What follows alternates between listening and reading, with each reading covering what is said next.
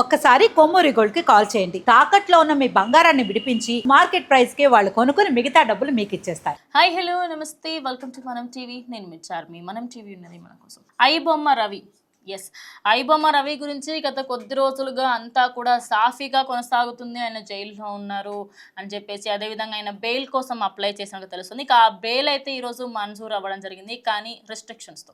మరి ఆ బెయిల్కి సంబంధించి మాట్లాడుకుందాం. ఆయన ఎప్పుడైతే మనకి ఈ సినీ ఇండస్ట్రీకి సంబంధించి పైరసీ వాటిలో ఆయన ఎప్పుడైతే అరెస్ట్ చేశారో అప్పటి నుంచి ఇప్పటి వరకు కంప్లీట్గా ఆయన చేసిన తప్పు పని అయినప్పటికీ కూడా సామాన్యులందరికీ సినిమా దగ్గర అవ్వాలి అనే ఏకైక ఉద్దేశంతోనే చేశాడు అని చెప్పి సామాన్యులందరూ కూడా ఆయన సపోర్ట్ చేశారు. ఇక బెయిల్కి అప్లై చేయడంతో ఎట్టకేలకు బెయిల్ వచ్చింది, కానీ ఆయన పాస్పోర్ట్ని జప్తు చేశారు. పాస్పోర్ట్ని జప్తు చేసేసి ఆయన పాస్పోర్ట్ ప్రజెంట్ పోలీసుల వద్ద ఉంది. అండ్ అసలు కంట్రీ దాటి ఎక్కడికి వెళ్ళకూడదు.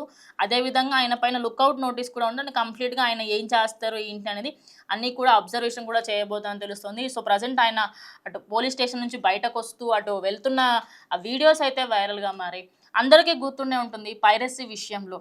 అటు ఇమ్మాడి రవి, ఆయన పేరు ఇమ్మాడి రవి. ఆయన ఎట్టకేలంటే భార్యనే పట్టించింది. అప్పట్లో ఆయనకి సంబంధించి రోజు వార్తలు వింటూ వస్తున్నాం. అయితే ఆ కేసుకి సంబంధించి సరే ఆయన ఇప్పటికీ ఎలాంటి ఆధారాలు బయటకు రాకపోవడము, ఏదైతే ఆధారాలు బయటకు వచ్చాయో, ఆయన దగ్గర అప్రాక్సిమేట్లీ 17,000కు పైగా సినిమాలు ఉన్నట్టుగా.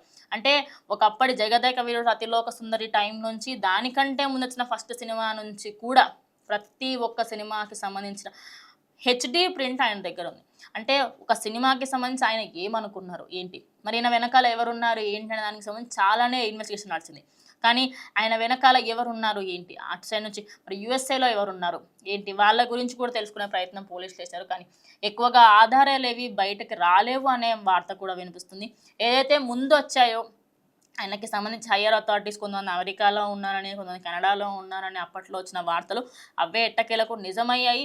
ఓవరాల్గా ఇమ్మాడి రవికి సంబంధించి ఆయనకి బెయిల్ రావడంతో ఆయనకి సంబంధించిన వాళ్ళందరూ కూడా సోషల్ మీడియా వేదిక మెయిన్లీ ట్విట్టర్లో చాలామంది దానికి సంబంధించి వీడియోలు పెడుతూ ఉన్నారు. ఎట్టకేలకు మా హీరో అంటూ పెడుతున్నారు.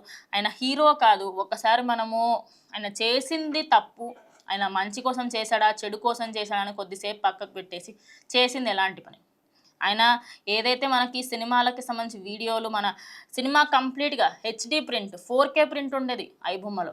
కానీ ఇప్పుడు దానికి సంబంధించి కూడా ఇంకో ఐబొమ్మ ఒకటే ఉందా అని ఇటు చాలామంది కంప్లైంట్ ఇస్తున్నారు. మూవీ రూల్స్, ఇంకా అదేవిధంగా టెలిగ్రామ్ ఛానల్స్లలో కూడా ఇలాంటి సినిమాలకు సంబంధించిన లింక్స్ ఉంటాయి, అదే డైరెక్ట్గా డౌన్లోడ్ కూడా చేసుకోవచ్చు.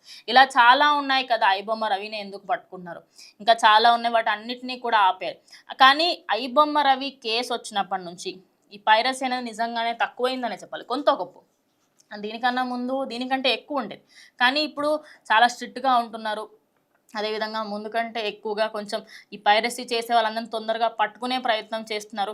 కానీ ఇంకా చాలా విషయాలకు సంబంధించి పోలీసులు ఎందుకు ఇంత జాగ్రత్తగా తీసుకోరు, సినీ ఇండస్ట్రీ కాబట్టి ఇంత ఫోకస్డ్గా చేశారు మీరు అని చెప్పేసి కూడా చాలామంది మాట్లాడుతున్నారు. సో ఈయనకు బెయిల్ రావడంకి సంబంధించి మీరేమనుకుంటున్నారు, ఆయనకు బెయిల్ మంచిగా ఇచ్చారా, ఇవ్వకపోయి ఉంటే బాగుండేది అనుకుంటున్నారు? ఖచ్చితంగా కమెంట్ చేయండి. స్టే ట్యూన్డ్ టు మనం టీవీ.